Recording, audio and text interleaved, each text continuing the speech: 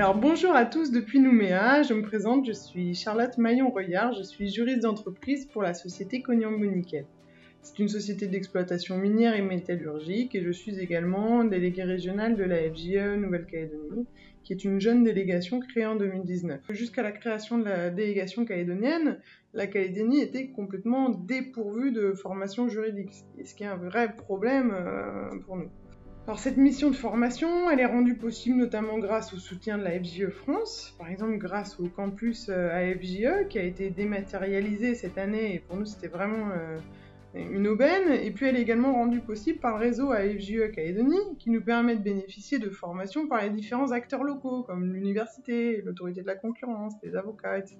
Mais au-delà de ce rôle de formation, la FJE elle a pour nous un rôle réellement fédérateur, fort auprès de nos membres, puisque le juriste calédonien, chaque fois qu'il se pose une question, il doit d'abord analyser le droit calédonien, ensuite il doit analyser le droit métropolitain, il doit faire le tri parmi tout ça entre ce qui s'applique pas, ce qui s'applique partiellement.